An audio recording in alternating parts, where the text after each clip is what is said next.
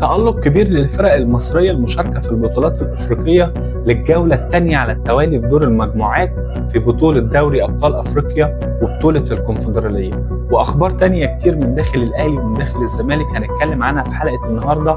حلقة مهمة أنصحك ما تفوتهاش، ويلا بينا نبدأ الحلقة بسرعة.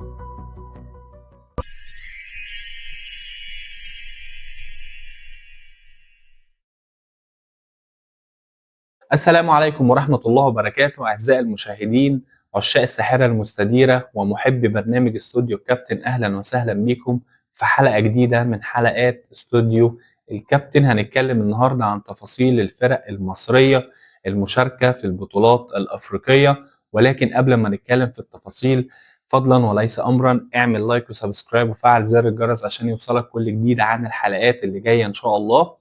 وتعالوا بينا نبدأ بمباراة الأهلي. الفترة اللي فاتت كان الأهلي بيقال عنه إن هو بطل أفريقيا الجديد. الأهلي في مباراة الجيش الملكي الأخيرة أثبت دوت بالفعل، إن الأهلي هو هينافس بقوة على بطولة أفريقيا السنة دي. الأهلي الحقيقة عمل ماتش قوي جدا قدام الجيش الملكي المغربي، ولولا الأحداث الشغبة اللي حصلت في الشوط الثاني كان ممكن الأهلي إن هو يحقق الفوز. بالمناسبة الأهلي قرر إن هو يشتكي حكم اللقاء أحمد الشلماني بسبب إن الحكم في تقارير بتقول إن الحكم لم يذكر في تقريره الآلة الحادة اللي اترمت من جمهور نادي الجيش الملكي على لعيبة النادي الأهلي، وهي زي ما احنا شفناها كلها في التلفزيون، سكينة معجون اترمت وتريزيجيه كمان اتعور في أحداث المباراة، والحكم لم يذكر في تقريره أي آلات حادة تم إلقائها من الجمهور. لذلك الأهلي قرر إن هو يشتكي في الكاف الحكم أحمد الشلماني بسبب الأحداث اللي حصلت، وبسبب إن هو ما قدرش يحمي لعيبة النادي الأهلي. طيب، معانا خبر تاني عن النادي الأهلي بيقول أليو ديانج. أليو ديانج الحقيقة احنا كنا اتكلمنا عن ان اليو ديانج جاي له عروض في الخليج الفتره اللي فاتت، وفي اخبار كمان بتقول ان اليو ديانج موقع او مخلص تقريبا كل حاجه مع نادي خليجي.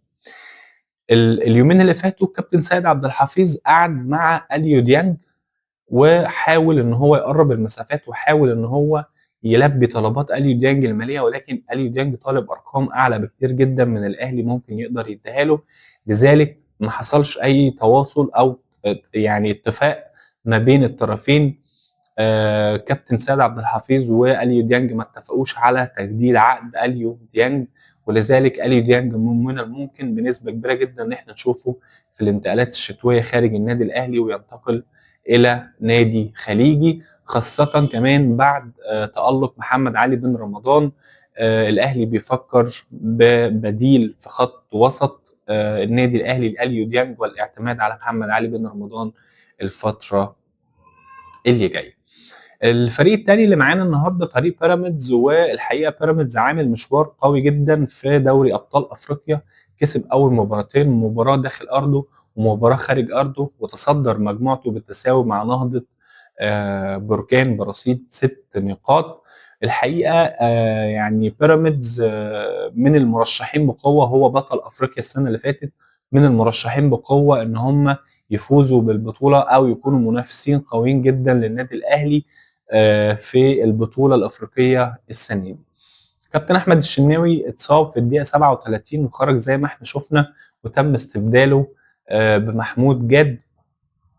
الحقيقه كابتن احمد الشناوي نتمنى له السلامه والعوده لمنتخب مصر سريعا، والجهاز الطبي في بيراميدز طمئن الجمهور ان اصابه احمد الشناوي مش كبيره ان شاء الله، وهيلحق افريقيا.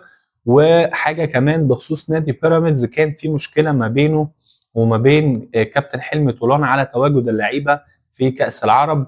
النهارده نادي بيراميدز وافق على انضمام مروان حمدي لمنتخب مصر الثاني بقياده الكابتن حلمي طولان مع في بطوله كاس العرب، وتم حل المشكله بعد تدخل الاستاذ هاني ابو ريده رئيس الاتحاد المصري. خلينا نشوف في الفترة اللي جاية إن شاء الله المنتخب هيعمل إيه في كأس العرب. ربنا يوفقه إن شاء الله، نتمنى كل التوفيق للكابتن حلمي طولان. طيب، النادي الثالث معانا النادي المصري. النادي المصري برضو عامل بداية قوية جدا في الكونفدرالية، وكسب مباراة داخل أرضه وكسب مباراة خارج أرضه، وعنده 6 نقاط يتصدر بيهم المجموعة اللي بتضم نادي الزمالك، اللي نادي الزمالك بيحتل مركز ثاني فيها برصيد 4 نقط. نادي المصري الحقيقة عامل بطولة قوية جدا، وناوي إن هو ينافس بشكل قوي على الكونفدرالية السنة دي. متصدر المجموعة المصري، يليه نادي الزمالك، ويليه كايزر تشيفز وزيسكو بنقطة، وزيسكو بدون نقاط. خلينا نشوف المصري هيقدر يكمل لحد فين وينافس لحد فين. طيب، معانا اخبار نادي الزمالك. اخبار نادي الزمالك الحقيقة قبل ما اتكلم عن اخبار نادي الزمالك، يعني انا كنت عايز اتكلم على حاجة مهمة جدا، وهي مهاجم الفريق. كنت عايز اتكلم على سيف الدين الجزيري. سيف الدين الجزيري الحقيقه حقق رقم تاريخي مع نادي الزمالك بالهدف اللي احرزه في المباراه الاخيره امام كايزر تشيفز. بالهدف ده اصبح سيف الجزيري هو الهداف التاريخي الاجنبي لنادي الزمالك برصيد 48 هدف، متخطي اليمني علي محسن برصيد 47 هدف، ومتخطي طبعا بن شرقي المغربي برصيد 43 هدف.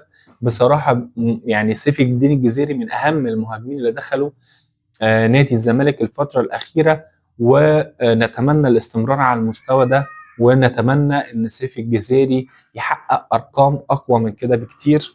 هو مهاجم مميز بصراحه، وياما شال الزمالك وساعد الزمالك في ماتشات مهمه جدا، وكان ليه اهداف حاسمه مع الزمالك. نتمنى الاستمرار في اتجاه داخل مجلس الاداره ان سيف الدين الجزيري يكمل مع نادي الزمالك لحد نهايه الموسم، ويتم تقييمه في نهايه الموسم بعد ما كان في اتجاه في الانتقالات الشتويه على تسويق اللاعب. الحقيقه في خبر تاني حلو برضو عن سيف الدين الجزيري. كنا عرفنا ان سيف الدين الجزيري لم يتم اختياره في منتخب تونس الثاني المنضم لكأس العرب، ولكن بعد مباراة كايزر تشيفز تم استدعاء سيف الدين الجزيري إلى بطولة كأس العرب اللي هيشارك فيها المنتخب التونسي بتاريخ 1/12 لحد 18/12. الحقيقة سيف الدين الجزيري هو كان هداف كأس العرب الأخير في 2021 مع المنتخب التونسي. نتمنى التوفيق لسيف الدين الجزيري مع المنتخب التونسي. طيب، حاجه كمان بخصوص المباراه، مباراه الزمالك وكايزر تشيفز واللي حصل والاحداث اللي حصلت فيها، والجون الغريب اللي استقبله نادي الزمالك عن طريق محمد صبحي، هدف عكسي. بصراحه جمهور الزمالك غضبان جدا وزعلان من الهدف، كان ممكن يحقق الزمالك الفوز ويكسب ال3 نقط، ولكن بخطأ ساذج جدا من محمد صبحي كلف نادي الزمالك هدف. يعني الحقيقه ما كناش نتمنى ان ده يحصل. الزمالك كان بيأدي بشكل كويس في المباراه، وكل اللعيبه تقريبا كانت كويسه الى حد ما، وكان في تحسن في الاداء، وتقريبا ده اول مباراه نشوف شيكو بانزا فيها عامل اداء قوي جدا مع نادي الزمالك، وقدم مباراه تقريبا هي احسن مباراه لشيكو بانزا من ساعه ما جه الزمالك. ولكن كنا نتمنى فوز نادي الزمالك بالمباراه. ولكن في نقطه مهمه جدا عايزين نتكلم عليها، يعني عدم وجود الفار في دور المجموعات هو كارثه بكل ما تحمله الكلمه من معنى، لان في اخطاء كبيره جدا الحكام بيقعوا فيها.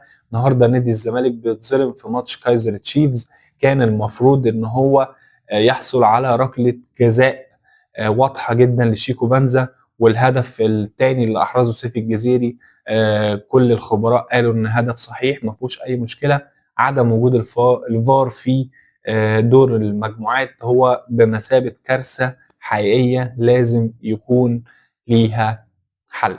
طيب، وبكده نكون وصلنا لنهايه حلقتنا. انا كنت مبسوط وسعيد ان انا موجود معاكم، وفضلا وليس امرا اعمل لايك وسبسكرايب وفعل زر الجرس عشان يوصلك كل جديد عن الحلقات اللي جايه ان شاء الله، واشوفكم على خير.